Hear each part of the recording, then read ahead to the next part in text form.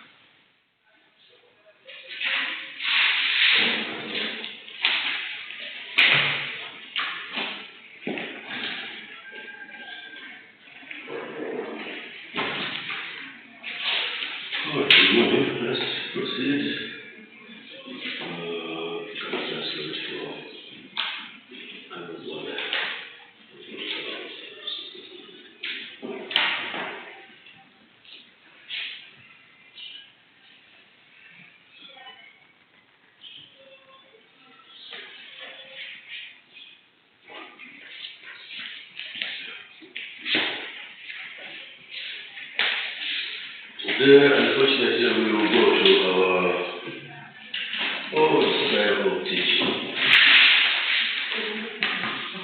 because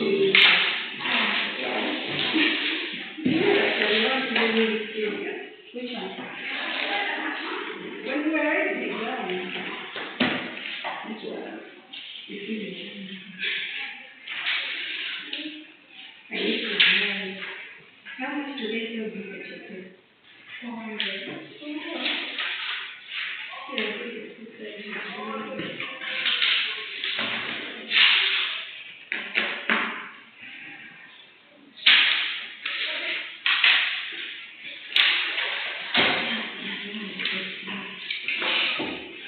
Right, so we'll no laptop today to just be talk.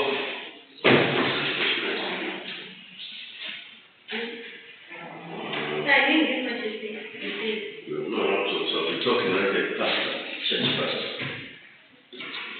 I will get the notes. I hope to be ready.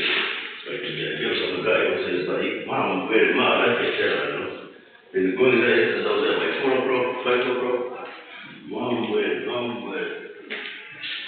And as affected, there was exams as well. Let's hope that all information comes back. Oh, God, or I've lost my information in Joseph, Young University from 2017. Even the notes. Everything will be gone. Hey, you're simple. No, but just pray that God surely may know those things are out. So that's what we do. But otherwise, it means we need to follow those notes and just this week. Seriously? Yeah. Yes. We need to follow those this week. So I just pray that otherwise, it's just as good as me also dying because it's 2017 to get it out. I don't know so many subjects that I've taught here and I continue to teach. Because I go back to same point the stage I've been doing since 2017.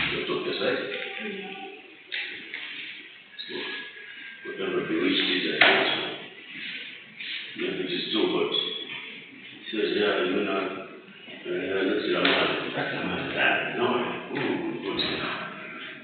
Yeah. But I assumed it was towards, and maybe because of that, then something developed. Alright, today we look at two things. We shall look at one issue which is going to look at issues of parenting and child rearing. What is it? Parenting and child rearing. That's one issue we shall be looking at. And child rearing shall proceed to look at. If we talk about parenting and child rearing, what are the factors that sometimes inhibit a child from actually learning? So we shall look at that. But I'm still very, very hopeful that I'll bring this again only in notes. Because what I'm going to do, this is in wrong hand, but if the laptop is ready today, it means all these notes later on the slide, so they can post. What I'm doing is to send them direct to group. What to just everybody's comparing. So maybe we'll have to do that. So, you know, when we talk about issues of parenting and issues of child learning, you discover that people have come a long way from understanding what parenting is and also what parenting styles are all about. And I think we also went around to look at issues of learning in the context of the child based on the theories that we looked at.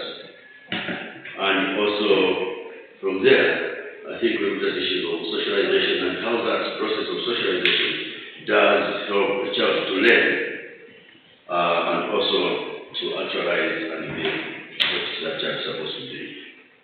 So here, when we talk about child learning, basically I was just looking at that type of learning in, I think last time we did mention about 2-3 things. We talked about milestones and we talked about the actual steps that the child goes through. And when we talk about child learning in the context of what parents do with those children, we really look at the issues of one, the care that parents give to the child, and also that which brings about what we call the cognitive learning or cognitive development of the child. So we'll be looking at the child from that angle, the care that the parents provide, and the type of cognitive development that occurs within that. Over and above that, there's also the issue of social skills. And very interesting now, because if a child develops cognitively, is it possible for that child to have social skills?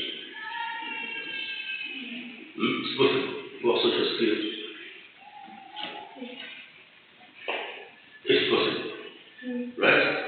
Because what it means here, it means that based on the type of style that the parent adopts, or it's part of their life, or values, can also dictate the nature of that child's social interaction skills and something like that.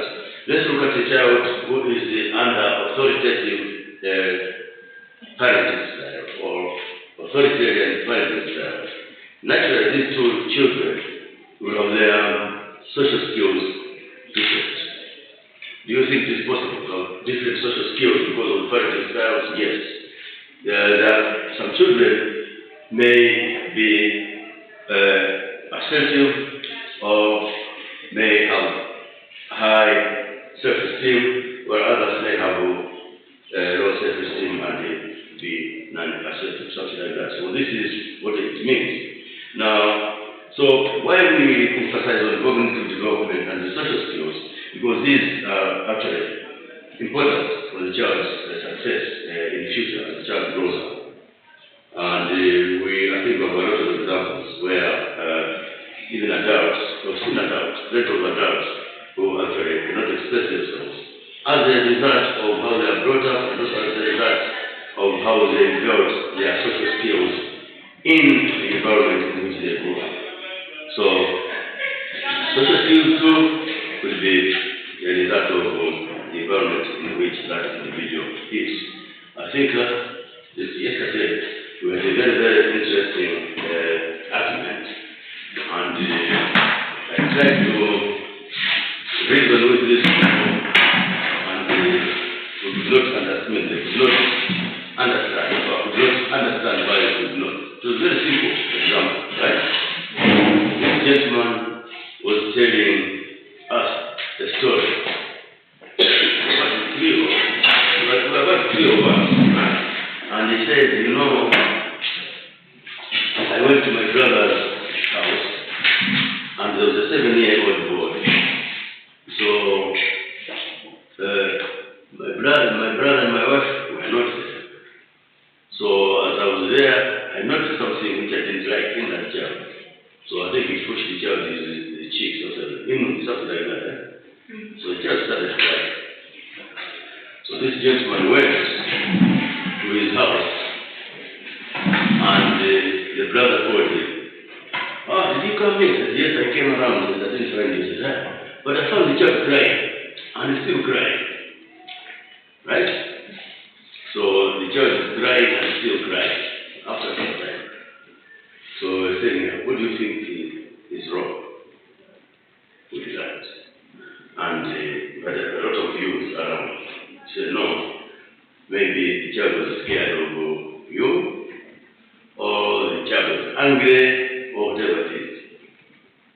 But they said, no, it's possible maybe the child has a problem. And this type of problem that the child has bonded or is attached to parents, that's the one he's used to, right? And she knows what they can do to that child or not. And you just strange in their home and you did that. So she must have been there so much or something like that. So a lot of arguments now says, no, that's not the issue. It cannot be the issue. Said, but where's the issue?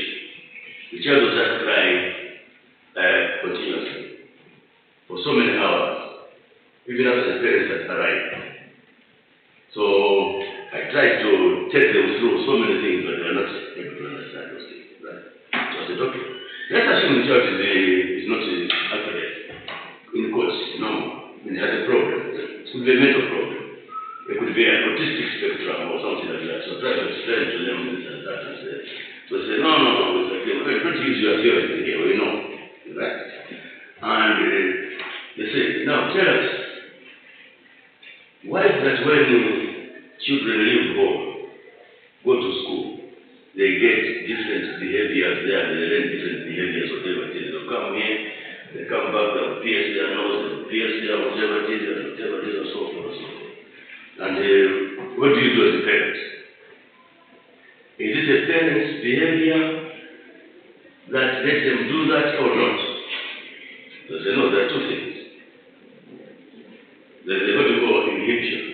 In a form, depending on the parenting style, some types of behaviors within the home are too inhibiting, right? They protect the child too much, they don't want the child to do anything. They want the child to do exactly what they do, something like that, right? So when a child gets out, which is normal, is a process of socialization, the child must develop by learning new ways of doing things, right? So one of those is copying, which is from other people around. If it is a normal situation which is accepted by society or whatever it is, then there is nothing wrong, because your family value and society value is somewhere. They must meet. If they clash, there must be a problem somewhere. So there are quite a lot of those arguments. And they say, but you know, your child, when it comes home, dresses nicely, everything, whatever it is, but if you happen to find her out, go to school without notice, you find that she's a different child. Yeah, that's what you call them. No, but that's not these arguments. I know what you guys think about this. And actually, so that one says, no, but you see, these behaviors sometimes we create. And gave us another example. A certain is the bishop or a pastor, whatever, the Catholic Church, was preaching and said, as my was young and is a man of my fire. So I told the women and became very angry. When my brother said, so all those things, are small things, right? Yeah, but they mean quite a lot. What it is and something like that. So how a child learns to a larger degree depends on exactly how you as a parent, you want that child to be. And therefore, quite a lot of things that are involved in that. For example, one, you must, that parenting skills must be responsible.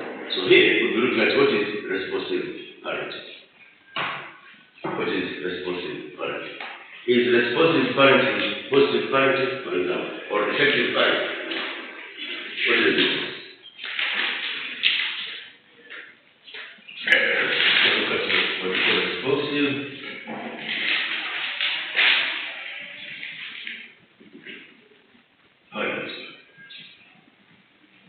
Is it same as positive parenting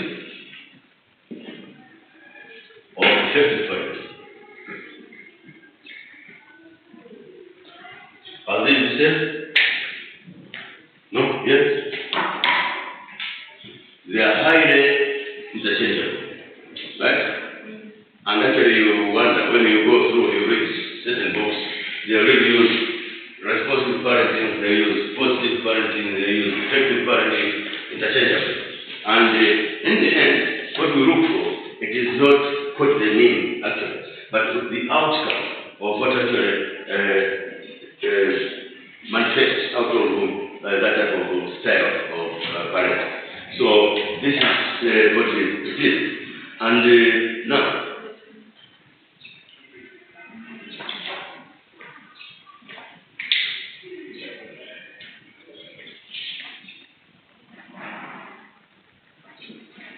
all these four, do they mean the same thing? That's what I'm saying. Do you think you would get the same outcome out of those if we were to look at that? Can effective parenting produce a well-behaved child? That's what I'm saying. Can a supportive parenting technique produce a well-behaved child? I don't think that's right. So these terms, you find them that they are quite very interchangeably used. And when we talk about responsible parenting, it's just an aspect of how you support. So you find that effective, so that responsible parenting is actually supportive parenting. How you support your child, right? In how that child grows up and also identifies himself or herself with the values of that family or the values of the individual. There are two things here. As much as you are a family, and we talk about family values, right? Do you think family values and individual values, do you have individual values? Do you have your values that define you? Yes. Yes. And those being contrary to your family values?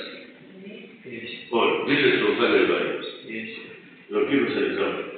And don't forget, yes is not an answer. I've always said that. How do you look at that? Where do you see? You are looking at yourself, you are looking at your values and family values. And you are talking about an individual developing individual values based on any one of these which also produce an outcome in an individual. So let's start. For example, I don't eat any kind of meat and I don't keep salad. I don't even fry the salad. Why some family members do the thing? Are those their values or their beliefs? They are both values and beliefs. Oh, really? Yeah. What is the value? So what's the value? You came together. What would be when you talk about family value? What would that be? The value, an individual value, is something that defines you as a person, right? So you are personal values are things that define you as a person. And when we talk about a person, we are talking also about character, right? Yes. So, you don't work on Friday and Saturday, you don't eat this, you don't do that. That defines your belief. And the beliefs magnified become your values, right? Something like that. So, yes, you can have your own values, which are personal values, which are different from actual family values. Family values are bigger. If you use the systems approach that we looked at last time, right? You will be looking at that as a family, as a system. It's their system. And within the system, you are all children inside that system, right? You cannot be the same. You cannot behave the same. You cannot believe in the same thing. That's why within the same family, there are some who are little earners who can succeed, right? They have their own goals, whatever it is, work style, or whatever it is, to achieve their goals. The others who are fast learners, slow learners, hard workers, lazy guys, and sort of things. That is what constitutes what your family is. And the total amount of what is in your family, right, from individuals, is what gives you your family values. And those family values will only be understood from the style of parenting that you are all subjected to. You get that, right? So that is it, yes.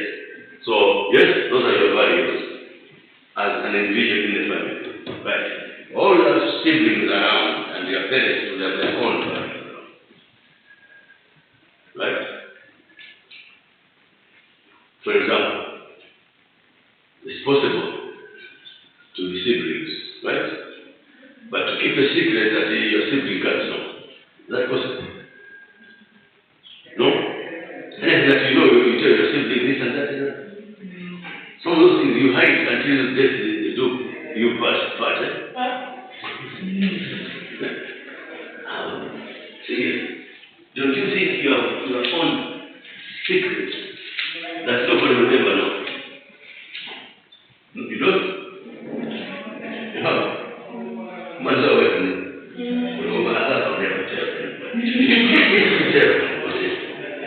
yeah, so all those things happen, right?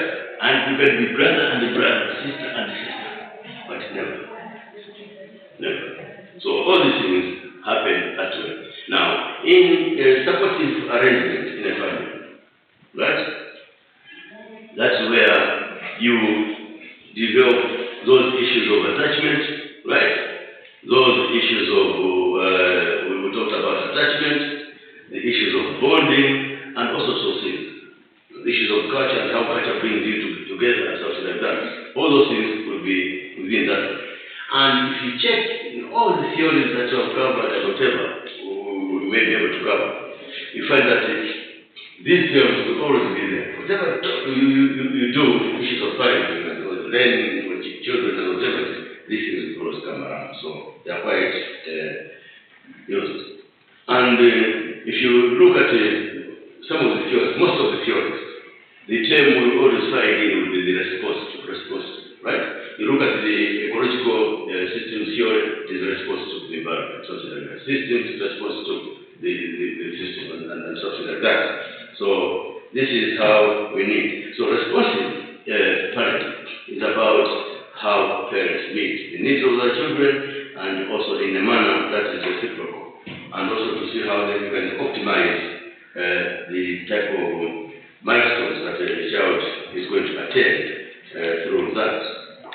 So here, you'll find that the parents that provide high levels of responsiveness to their children, in most cases, they tend to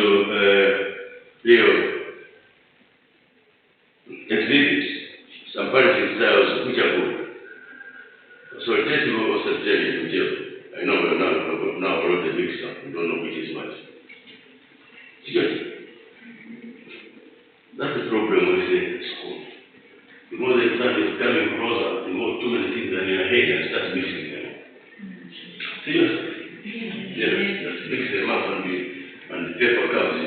me, what is this?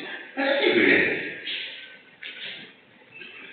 You know, so this one is answering this one, the opposite of this one. And you don't just mix it up. Think of some marks, something like that. Instead of giving you a zero for using your pen and your ink, maybe will give you something. You know, so this is what it is. Now, there is what you call one of the types of responsive parenting here is what we call the contingent responsiveness to the child's needs. This type of big man is walking on. Let's check. Let's see who's going to be crushed now. Martha or not Martha?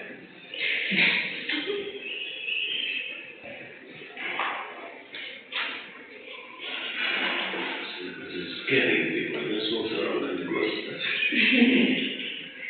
Should have said good morning to our chief.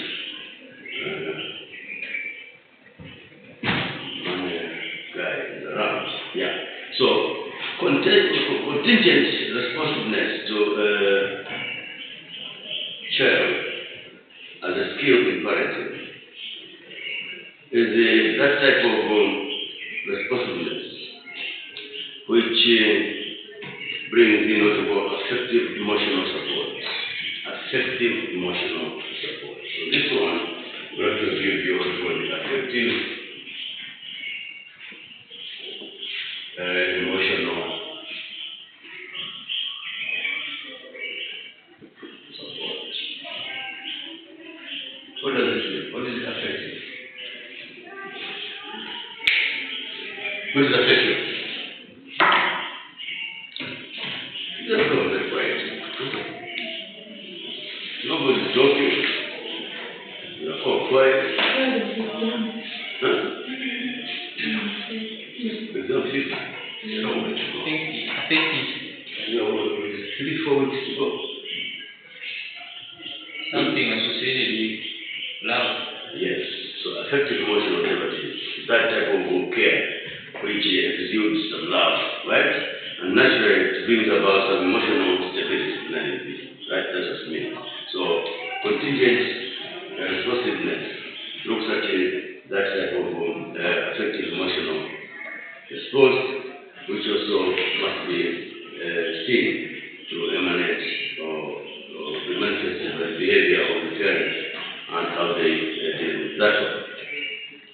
And when we talk about responsiveness or contingent responsiveness, we also talk about type of behavior which also responds to your cognitive or what we call cognitive responsiveness of the child by a parent to the child's needs, right? So this is how it is. Are you able, if you are looking at issues of affective whatever it is, it means here you recognize a child's needs and you are able to actually meet that those needs as they come in. And here does bring about what we now mentioned earlier. Then you're coming down to something which is positive, because it means it's going to bring about something which is actually positive in that particular child. And here, once it's positive, what it means is that now you are bonding now gets done, right? So the bonding actually comes in because of the responsiveness and all those things put together, and you have that type of bonding occurring. And also, because there is bonding,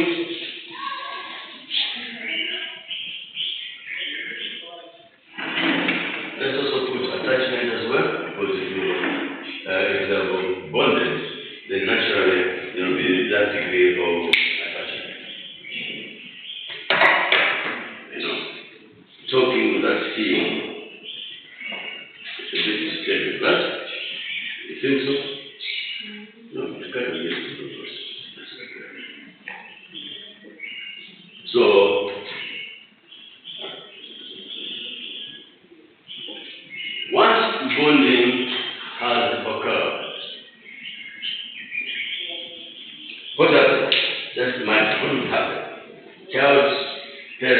bonding, and attachment. What will come there after? Anything? Use your head. Sure, you can remember it. What will come out? Because there is not in this class. What? No. Yes, you are together as a body, but your mind is not.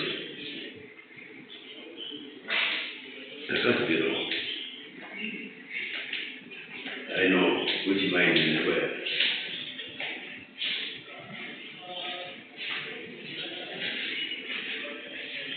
You can just imagine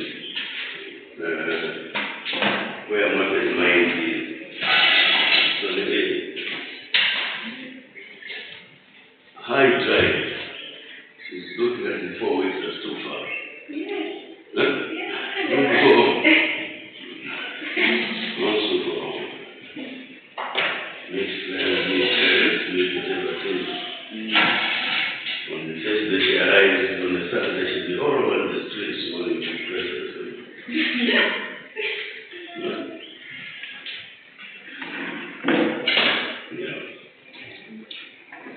So, once you have your bonding and everything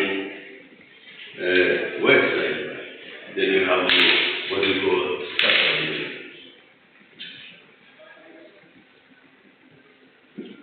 You remember what scaffolding is, madam? Do you? This one? You? Anything? Yes. Scaffold.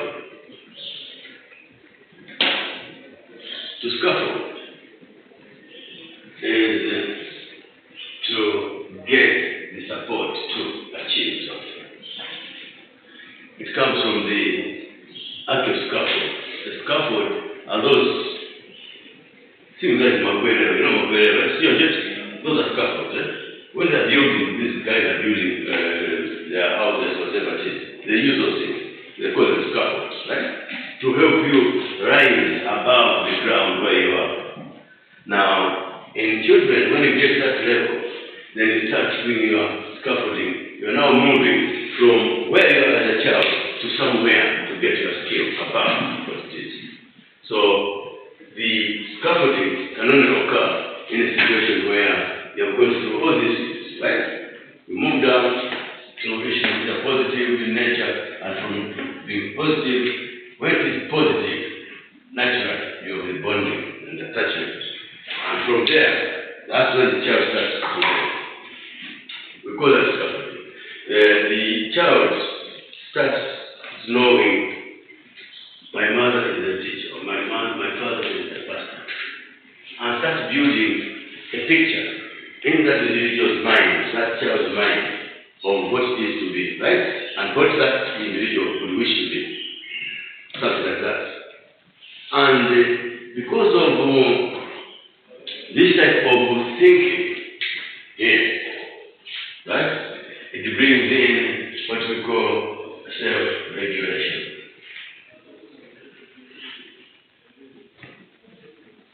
Self-regulation is a characteristic in an individual where you are able now to choose the right and the wrong, right?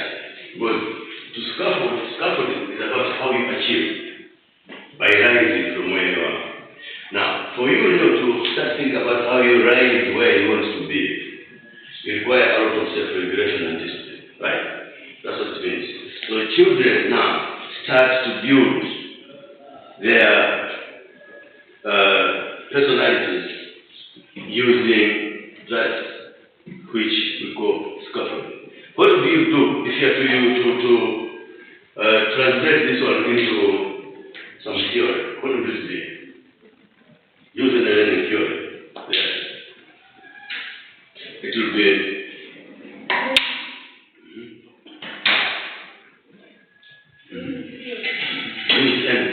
that can give you that scaffolding.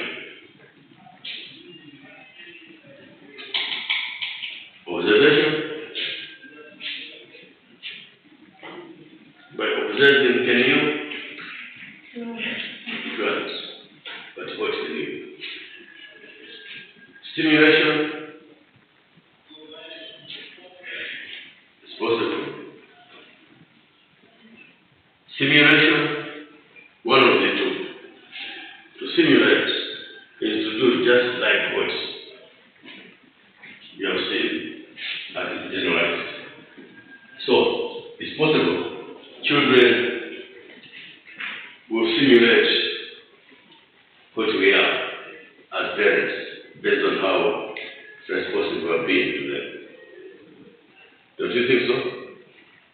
That's the way. Do you expect a child whose parents have adequately been to school? They may not be working, they may not be successful, but they adequately been to school and have learned, adequately learned. And I've read that. It's possible. No? Yes? But it's not like, is it? Have we seen sons and daughters of pastors or sons and daughters of professors and the same? I'm not going to go anywhere. It's possible. What would be the cause?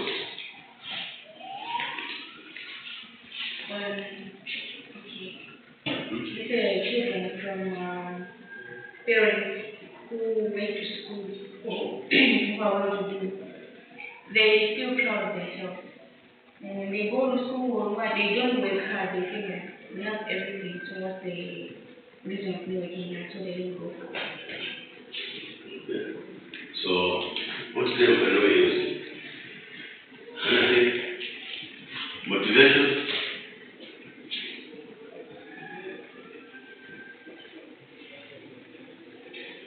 Has learning to do with motivation? Has anything? Has learning anything to do with motivation, for example? It has. So sometimes you learn because you're motivated. And so one of those is learning because you'll come across, right? Motivation or whatever. So it is possible. So here, it is now, as I said, seriously a matter of self-regulation. Right. The way you put it, my parents have everything, have everything, whatever it is, or something like that, right? So why should I bother myself going to school every day? Good. See how it goes. No.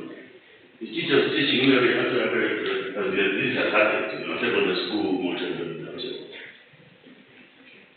I said, well, see you from the school, not from the school. I said, Daddy, I was a political hotel. And that happens, isn't it? Naturally, that boy will have a very negative view about the country learning, right? Because has already put that shadow on those teachers. In other words, measuring teachers against what they have as a family, something like that, right? So, in that way, that issue of scaffolding around there just falls off completely. That's, you can't. Yeah. What you mean, you just go there. It just looks at you like what the words that I don't want to get up. That's the thing. And this is happening. And we've seen that. I know a gentleman who has a child who is driven 52 kilometers every day in a Toyota 40. Special driver.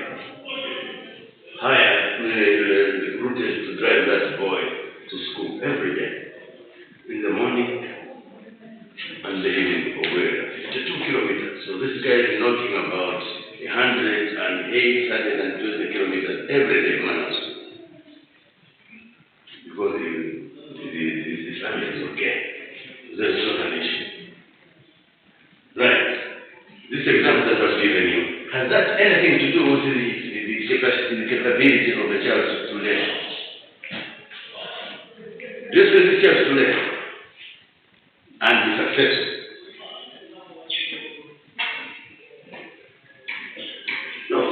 just from my own experience, just imagine, every day 52 kilometers, then we sit in class, in the evening 52 kilometers back. Does the parent really think about the tear and wear in the child's brain and the physical and whatever it is, right? 52 kilometers and you sit in class, can you pay attention? And 52 kilometers, if you have the classes start at 7:30 in the morning, it means the child must be up always at 5 o'clock. Right? So, naturally, that is poor parenting. Parents is not thinking about the child. They think about what they are, right?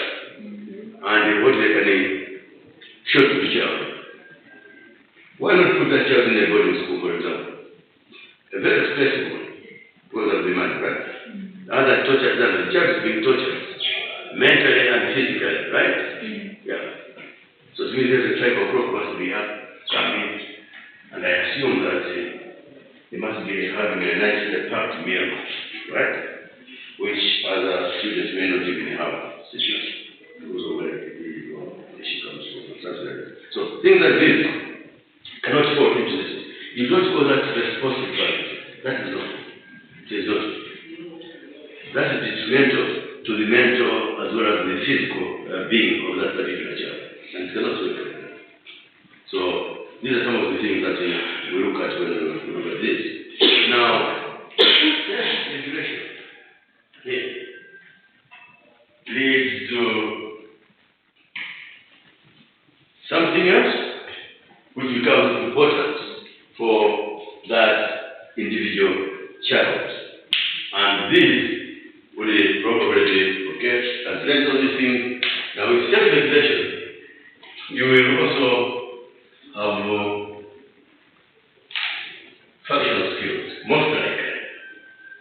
If you are able to regulate yourself, your skills should be functional. You should be okay with your skills. You should be okay. So, you see how, starting from up, down, there, we build on the child, that's how that child comes out, right? And any information out of that will still come down all the way to somewhere here, where somebody will have functional skills. Low self-esteem. This type of a child should have very high self-esteem, should be very assertive to be able to function and also to be able to fit in an environment where that child is able to actually function. And also here, when you have functional skills, you develop that responsibility. So you become responsible. So, responsibility for yourself, and you are aware of it, and you are aware of it. So you can see how issues of parenting, child learning, and also child develops. You go like that. If you end up there, then actually become responsible. Responsible in a way that one, when you are responsible, when you have self-regulation, several things will happen to you. It means you should be able to solve your own problems. That is, right? You should be able to, because you already have the skills. Right? Or you should be able to withstand any adverse condition that may affect you at any one particular time. There are children who, at the slightest displeasure, they just cry. That's all. It means they're emotionally unstable and can never actually be what you're supposed to be. So, you find that all these things can only be facilitated by the parents and their type of parenting styles and skills that they have. All right. Any question? You're too quiet. This week you're too quiet. Listen.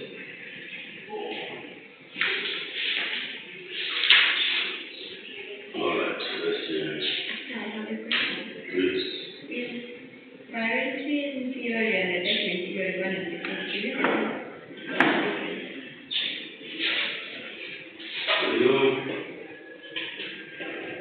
Go ahead. Because, yeah, It's your question that I'm asking you. But can you recast? Okay. Is parenting theory and attachment theory definition? No. It's not. So, because that's the thing that you give us about parental theory. We are not trying to do any definition. What is the question?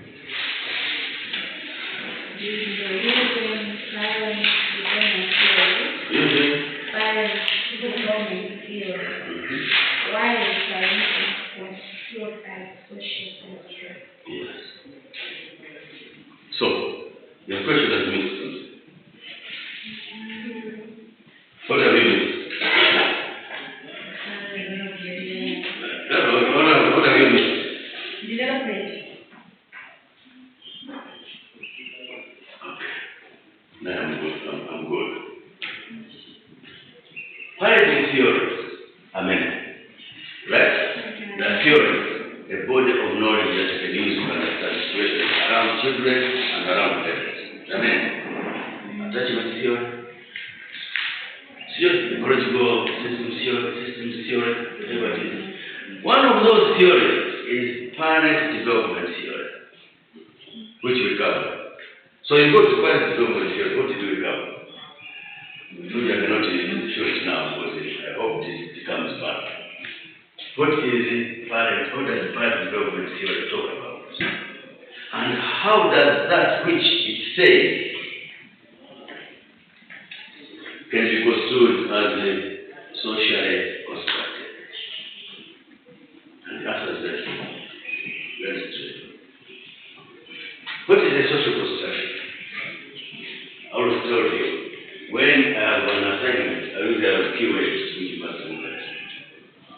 You are really keywords, you should focus on this parent development theory, what does it say? Right? Put it aside. Then move on. What is the social construction? That you understand it. Then go back to the theory. What does the